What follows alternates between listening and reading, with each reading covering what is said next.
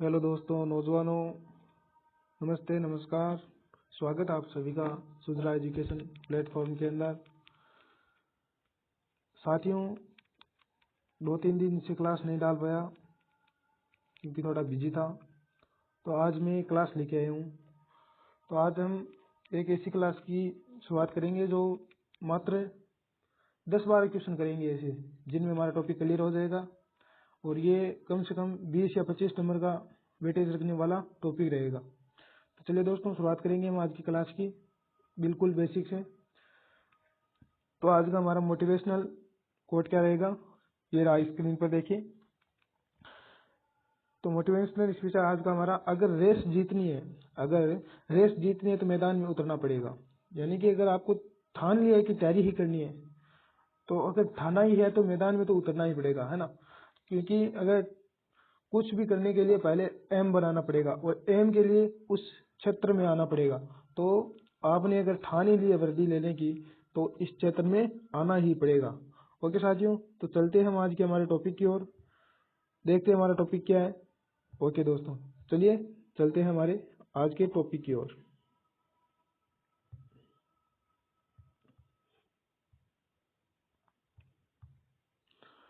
तो जैसे कि आपको पता होगा साथियों कि हमारी क्लास की खास बात क्या है।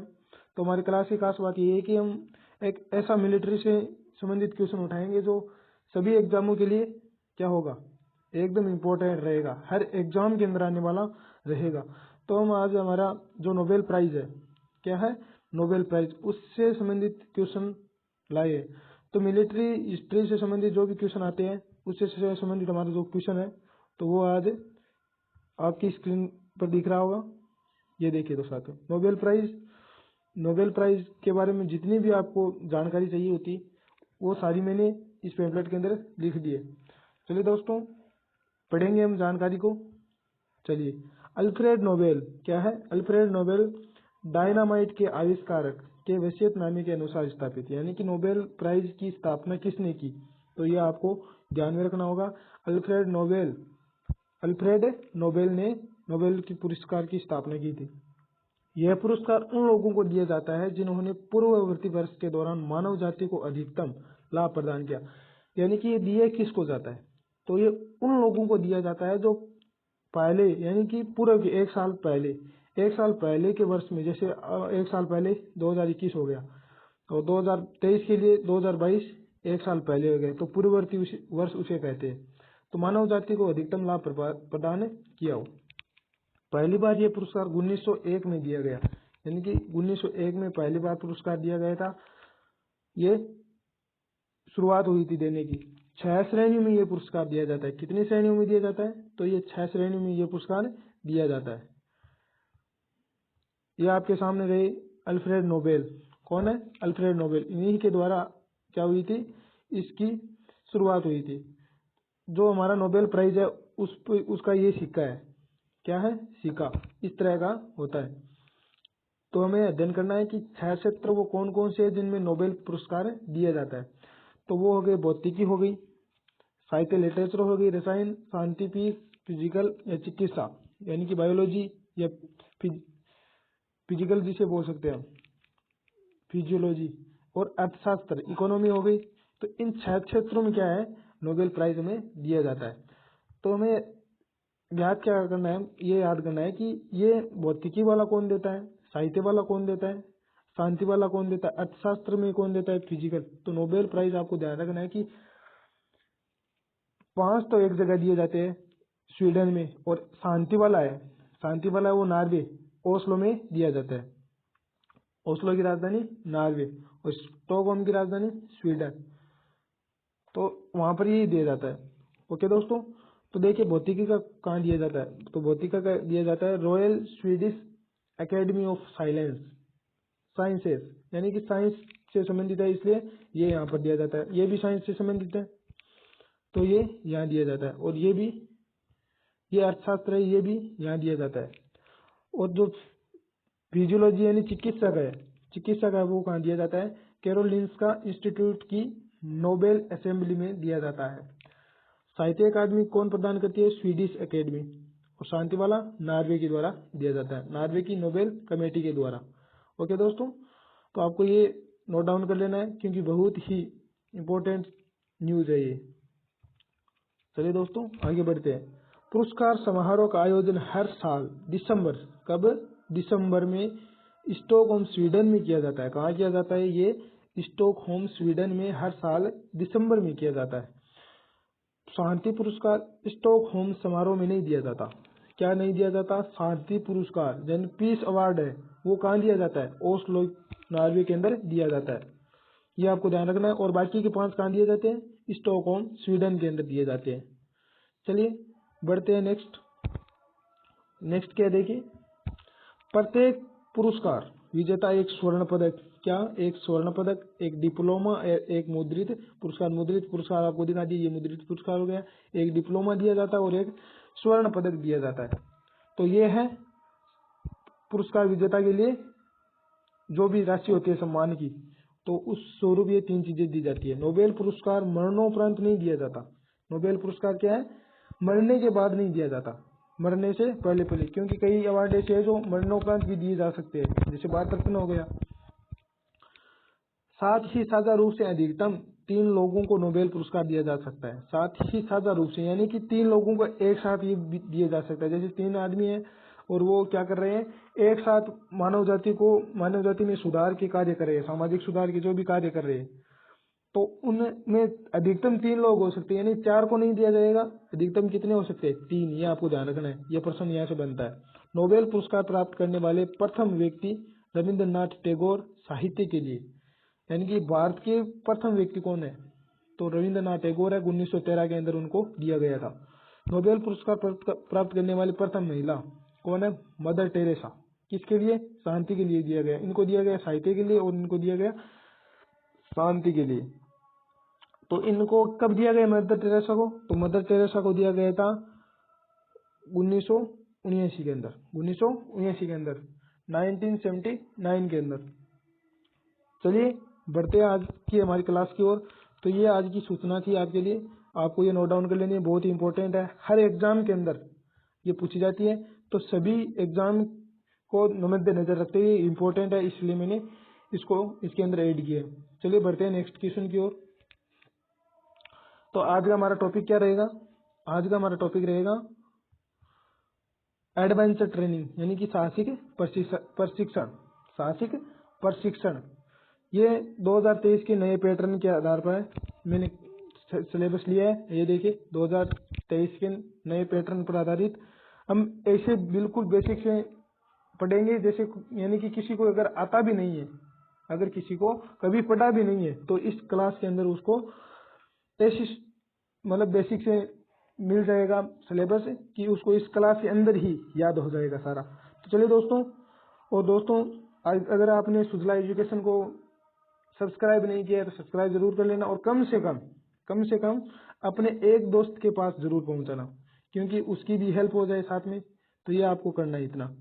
ओके दोस्तों, तो सब्सक्राइब जरूर कर लेना और लाइक और शेयर करना है। ओके चलिए बढ़ते हैं नेक्स्ट क्वेश्चन की ओर। आज के हमारे तो आज का हमारा क्वेश्चन पहला क्या है देखिए, पार्ट नंबर 3 लेके आया हूँ। 2 पार्ट मैंने करा दिए पहले, तो एक तो हो चुका है ड्रिल का पार्ट हो चुका है एक है, और 2 पार्ट करवा दिए, एक लीडरशिप वाला हो चुका है। तो जो ज्यादा वेटेज रखने वाला है वो मैं पहले कराऊंगा, जो कम वेटेज रखने वाला है वो बाद में कराएंगे। ओके दोस्तों, तो बढ़ते हैं हम नेक्स्ट हमारे टॉपिक की तरफ। तो आज का हमारा टॉपिक है साहसिक प्रशिक्षण, एडवेंचर एक्टिविटीज। चलिए दोस्तों पढ़ेंगे हम आज का पहला क्वेश्चन। तो आज का पहला क्वेश्चन है, पैरा जंपिंग की सुविधाएं शहर में है, यानी कि हमारा जो पैरा जंपिंग से संबंधित जो भी कैंप होता है तो वो किस शहर में होगा? आगरा जाना पड़ेगा उसके लिए। हिमालय माउंटेनियरिंग इंस्टीट्यूट कहाँ स्थित है? तो दार्जिलिंग में स्थित है। दार्जिलिंग कहाँ है? तो याद रखना वेस्ट बंगाल, यानी कि पश्चिम बंगाल में ये स्थित है। स्लिदरिंग से तात्पर्य है, स्लिदरिंग को मतलब कहीं हुए, स्लिदरिंग को मतलब है पहाड़ पर्वत चढ़ना। देखिए उन्होंने लिखा है फिसलना या सरकना। कई स्टूडेंट्स कह रहे हैं कि मारवाड़ी में पढ़ाओ सर। तो देखिए मारवाड़ी पढ़ा सुनना कहीं सीखा है आपने जगह क्षेत्र विशेष का लोग बे समझ पासी, परंतु जगह भारत के अंदर खाली हिंदी बोलने वाला है यदि बे क्लास में देखी तो बंग की समझ में को नहीं आए तो ये वास्ते हिंदी में चालू दिया तो हिंदी बोल सका, पर जो वो हिंदी नहीं बोल सका समझ नहीं सका, जो वो मारवाड़ी नहीं समझ सका भी लिए हिंदी जरूरी है तो हिंदी चालू में बढ़िया रहती। ओके दोस्तों, बढ़ते हैं नेक्स्ट क्वेश्चन की ओर। तो 4 नंबर क्या है हमारा, पैरासेलिंग। क्या है, पैरासेलिंग स्पोर्ट्स है। कौन सा खेल है पैरासेलिंग, तो एरियल स्पोर्ट्स है। ओके, बढ़ते हैं नेक्स्ट क्वेश्चन की ओर। तो आज का हमारा 2 नंबर क्वेश्चन क्या है, साहसिक क्रियाकलापों का मुख्य उद्देश्य लिखो। क्या लिखना हमें, साहसिक क्रियाकलापों का मुख्य उद्देश्य लिखना है। देखिए क्या है साहसिक क्रियाकलापों के उद्देश्य, कैडेट्स में साहस, जिज्ञासा, खोज, व्यवहारिक जांच की परख करने की भावना। क्या है, कैडेट्स के अंदर जिज्ञासा है, खोज है, खोज यानी नई नई चीजों को खोजना, व्यवहारिक जांच यानी लोगों के प्रति उसका व्यवहार कैसा है, वो कैसे अपनी सोच रखता है, साहस यानी कि उसमें दम कितना है, ये हो गई उसकी जांच की भावना। कैडेट्स की सहन शक्ति, सहन शक्ति किससे है, साहस से। ये अगर साहस होगा तो सहन शक्ति होगी। धीरज और आत्मविश्वास ये कहाँ से आएगा, व्यवहार से आएगा। कहाँ से आएगा, व्यवहार से आएगा। धीरज, आत्मविश्वास, अगर व्यवहार उसका अच्छा है तो धीरज होगा उसके अंदर, आत्मविश्वास भी खूब बड़ा होगा। टीम भावना और संघ भावना का विकास, यानी कि टीम बनाने का विकास, टीम कैसे बनाया जाता है ये भी उसको पता होना चाहिए, तो क्योंकि वो एक अच्छा लीडर वहां पर बनना सीखता है। कैडेट्स में प्रकृति प्रेम, प्रकृति प्रेम इन्वायरमेंटल वाला, और पर्यावरण की स्वच्छता के लिए, ये देखिए पर्यावरण की स्वच्छता से भी उसका जीवन ओतप्रोत होना चाहिए। चलिए बढ़ते हैं नेक्स्ट क्वेश्चन की ओर आज के हमारे। तो आज का हमारा 3 नंबर क्वेश्चन क्या रहेगा, ये रहा स्क्रीन पर। कैडेट्स को साहसिक प्रशिक्षण से क्या लाभ होते हैं, कैडेट्स को साहसिक प्रशिक्षण से क्या लाभ होते हैं, यानी कि जो एडवेंचर एक्टिविटी की जाती है जो कैंप के अंदर, उससे उसको क्या लाभ होता है, उसके बारे में हमें ये लिखना है। तो कैडेट्स का चारित्रिक विकास होता है, उसके चरित्र में जो निखार आता है वो क्या किससे आता है, इसी से आता है। ओके, 2 नंबर क्या है, कैडेट्स कष्टों का सामना करना सीखते हैं। कैडेट्स में जो निर्बल भाव है एकदम, वो एकदम से कठोर हो जाते हैं क्योंकि वो कष्टों का सामना करना वहां पर सीखता है। कैडेट्स में धैर्य, सहिष्णुता, साहस की भावना जागृत होती है। धैर्य, सहिष्णुता और साहस, अगर वो पहले निर्बल था तो वह वहां पर जाकर साहसी बन जाएगा, और उसे अगर ज्यादा क्रोध आता तो वो वहां धैर्यशील बन जाएगा, सहिष्णुता का भाव उसके अंदर आएगा। तो ये क्या है, उसके लक्षण है, उससे कैडेट्स के अंदर विकास होता है इन चरित्रों का। कैडेट्स में अनेक मानवीय गुणों का विकास होता है। कैडेट्स के व्यक्तित्व का विकास होता है। कैडेट्स के मन का विकास होता है, यानी कि उसके मन में जो मन मेला था वहां पर उस पर ज्यादा असर पड़ेगा। विचारों में खुलापन आता है क्योंकि वहां पर टीम भावना होती है, क्योंकि हमारा क्या है, यूनिटी एंड डिसिप्लिन, अनुशासन। तो टीम भावना और जो भी अनुशासन है उसका उसके अंदर क्या होगा, विकास होगा, तो उसका मन खुलेगा, विचारों का विकास हो जाएगा अपने आप ही। बट चलिए दोस्तों बढ़ते हैं नेक्स्ट क्वेश्चन की ओर। आज के हमारे साहसिक क्रियाकलाप के प्रकार लिखो। साहसिक क्रियाकलाप के प्रकार लिखो। देखिए कौन कौन से प्रकार, भू आधारित साहसिक यानी कि भूमि पर किए जाते हैं, जलीय आधारित यानी जल में किए जाते हैं, आकाशीय आधारित यानी क्या है, आकाशीय साहसिक हो गया। आप ऐसे जोड़ के रखिए, भू आधारित हो गया आर्मी, क्या हो गया आर्मी, और जलीय आधारित है ये हो गया नेवी, क्या हो गया नेवी हो गया। आकाश हो गया जो एयरफोर्स के अंदर की जाती है, क्या की जाती है, जो एयरफोर्स के अंदर की जाती है, तो वो होगी एयरफोर्स से रिलेटेड। दोस्तों समझ गए होंगे आप कितने प्रकार होते हैं, 3 प्रकार होते हैं, आर्मी, नेवी और एयरफोर्स से रिलेटेड है। तो भूमि, जल, आकाश, ये आपको ध्यान में रखना है, इतना बेसिक से कोई नहीं बताएगा भाई साहब। तो आप अपनी कॉपी के अंदर नोट डाउन जरूर कर लेना, और आपको याद तो यही हो जाएगा, क्या हो जाएगा, याद तो यही हो जाएगा, पर आप जब कभी भूलो या एग्जाम हो तो कॉपी खोल कर सिर्फ देखना ही होगा आपको। तो नोट्स जरूर बनाना मेरे भाई, आपको बहुत ही सुविधा हो जाएगी एग्जाम में देखने के लिए। ओके दोस्तों, चलिए बढ़ते हैं नेक्स्ट क्वेश्चन की ओर। आज का हमारा 5 नंबर क्वेश्चन क्या रहेगा, 5 नंबर क्वेश्चन रहेगा भू आधारित साहसिक क्रियाकलाप, यानी कि जो आर्मी में भूमि के पर किया जाते हैं, भूमि थल, तो उस पर जो साहसिक अभियान होते हैं उनके बारे में हमें बताना है। तो देखिए कौन कौन से हैं जो भूमि पर किए जाते हैं साहसिक अभियान के अंदर। ट्रैकिंग, क्या है पहला? ट्रैकिंग। साइकिल मोटरसाइकिल अभियान, आपने देखा होगा रिपब्लिक डे सेलिब्रेशन में कि वहां पर मोटरसाइकिल आती है, मोटरसाइकिल और साइकिल के ऊपर बहुत सारे आदमी चढ़े हुए होते हैं, तो वो वहां पर क्या हो गया? साइकिल एंड मोटरसाइकिल अभियान हो गया वहां पर। पर्वतारोहण, पर्वतारोहण यानी पर्वतों पर चढ़ना, पर्वतों पर जीत हासिल करना, रोहण। चट्टानों पर चढ़ना, चट्टानों पर चढ़ना यानी चट्टानों पर जो अबार हमारा आया था ना अभी, फिसलना, तो इससे ही रिलेटेड ये है। स्कीइंग, ये 5 हो गए। ये है क्या 5? तो ये 5 है भूमि आधारित साहसिक क्रियाकलापों के प्रकार है। ओके दोस्तों, चलिए बढ़ते हैं 6 नंबर क्वेश्चन की ओर। जलीय साहसिक क्रियाकलाप के नाम लिखो। जो आर्मी हो गया हमारा, नेवी, नेवी से संबंधित है उनके लिखने में, तो देखिए नेवी से संबंधित कौन कौन से हो सकते हैं। नौकायान, सभी आप समझते हैं। रोफ्टिंग, नहीं रोफ्टिंग होता है ये देखिए रोफ्टिंग है। कायाकिंग, स्कूबा गोताखोरी यानी कि गोते लगाना, जो भी नदी है या नाले है उनके अंदर गोते लगाना, स्कूबा गोताखोरी। और विड सर्फिंग, विड सर्फिंग होता है। ओके दोस्तों, तो ये हो गई जलीय साहसिक अभियान। बढ़ते हैं नेक्स्ट क्वेश्चन की ओर। तो नेक्स्ट हमारा होता है एयरफोर्स से रिलेटेड, यानी आर्मी वाला हो गया, नेवी वाला हो गया, ये कौन सा है? एयरफोर्स। पैरासेलिंग और पैरा जंप। पैरा जंप का मतलब होता है कूदना, जंप, जंप यानी ऊपर से कूदना, और पैरा सेलिंग। तो ये थे एयरफोर्स, नेवी और आर्मी से रिलेटेड, तो ये आपको मैंने बताया। और 3 ये यहाँ पर है, किससे से संबंधित है ये? तो ये है एयर से संबंधित। एयर मतलब आकाशीय। स्लीदरिंग, ग्लाइडिंग और हॉट एयर बैलून। तो ये हो गया आकाशीय साहसिक क्रियाकलापों के प्रकार हो गए।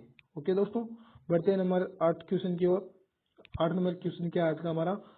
साहसिक अभियानों के लिए किन स्थानों का चुनाव करना चाहिए?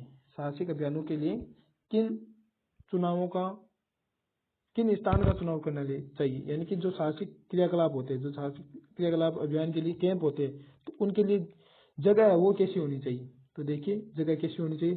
स्थान प्राकृतिक सौंदर्य से परिपूर्ण हो, यानी कि वहां पर पेड़ पौधे जो भी होते हैं प्राकृतिक सौंदर्य से एकदम परिपूर्ण होना चाहिए। स्थान अपने ही राज्य, अपने राज्य से बाहर हो। स्थान है वो अपने राज्य के अंदर नहीं, अपने राज्य के बाहर हो। बाहर का मतलब है सीमा से थोड़ा अलग। स्थान का ऐतिहासिक धार्मिक महत्व हो। स्थान का ऐतिहासिक और धार्मिक दोनों महत्व होने चाहिए। महत्व होंगे तो वहां पर क्या पड़ेगा? किसकी? मन के विकास पर, कैडेट के मन के विकास पर असर पड़ेगा। स्थान पर कोई महत्वपूर्ण ऐतिहासिक स्मारक हो। स्थान पर क्या होना चाहिए? ऐतिहासिक स्मारक होना चाहिए महत्वपूर्ण। ग्रामीण और दूर दराज का क्षेत्र हो, ग्रामीण और दूर दराज का क्षेत्र हो। स्थान सामान्य रूप से कैडेट के लिए सुरक्षित होना चाहिए। सबसे इम्पोर्टेंट है, स्थान सुरक्षित होना चाहिए, प्राकृतिक सौंदर्य से परिपूर्ण होना चाहिए, राज्य से बाहर होना चाहिए, और स्थान ऐतिहासिक और धार्मिक होना चाहिए ताकि मन का विकास तेजी से हो। स्थान पर कोई महत्वपूर्ण ऐतिहासिक स्मारक हो ताकि वहां पर जाकर कुछ अच्छी चीजें सीख सके। और ग्रामीण और दूर दराज का क्षेत्र हो, ग्रामीण और दूर दराज का क्षेत्र हो। तो ये आप सभी को चीजें हैं वो नोट डाउन कर लेनी।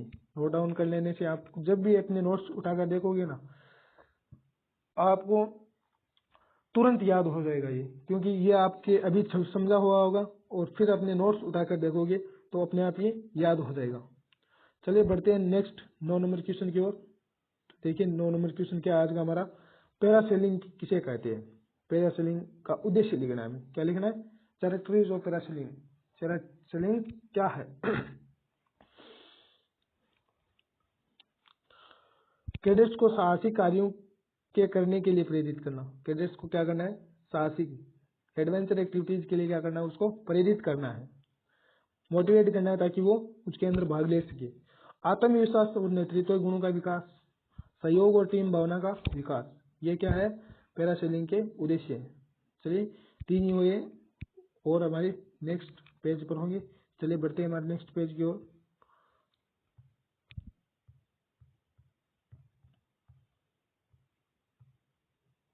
नहीं वो 3 ही है, तो 3 से हम बहुत सारे बना सकते हैं। देखिए कैसे, मैं आपको बता सकता हूँ।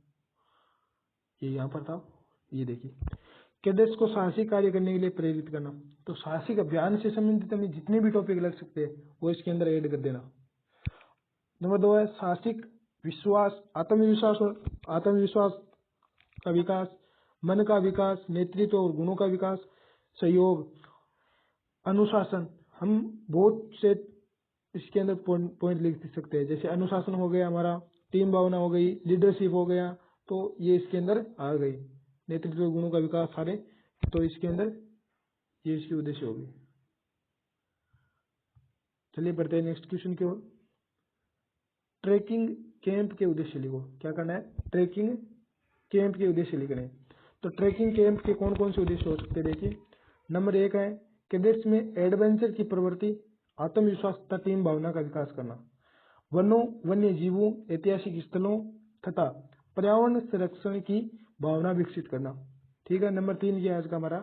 तो नंबर 3 है जीव जंतु से प्रति प्रेम भावना विकसित होना, स्थानीय रीति रिवाज और संस्कृति के प्रति आदर और सम्मान का भाव, भारत की संस्कृति और विविधता का ज्ञान, ये भी होना आवश्यक है।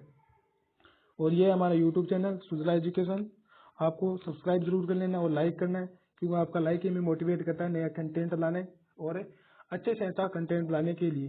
तो ये थे हमारे 10 क्वेश्चन। 10 क्वेश्चन के अंदर हमने पूरा का पूरा कवर कर लिया है। जो कोई भी इस 10 टॉपिक को पढ़ लेगा ना, उसके 20 या 25 नंबर यहाँ से कवर हो जाएंगे। ओके दोस्तों, तो ये था आज का हमारा टॉपिक, यहाँ पर ही हमने कवर कर लिया है। नोट्स जरूर बनाना, ओके, और लाइक और शेयर जरूर करना, जाते जाते क्लास को लाइक करके जाना। ओके दोस्तों, तो मिलते हैं नेक्स्ट वीडियो में, तब तक के लिए जय हिंद, जय भारत।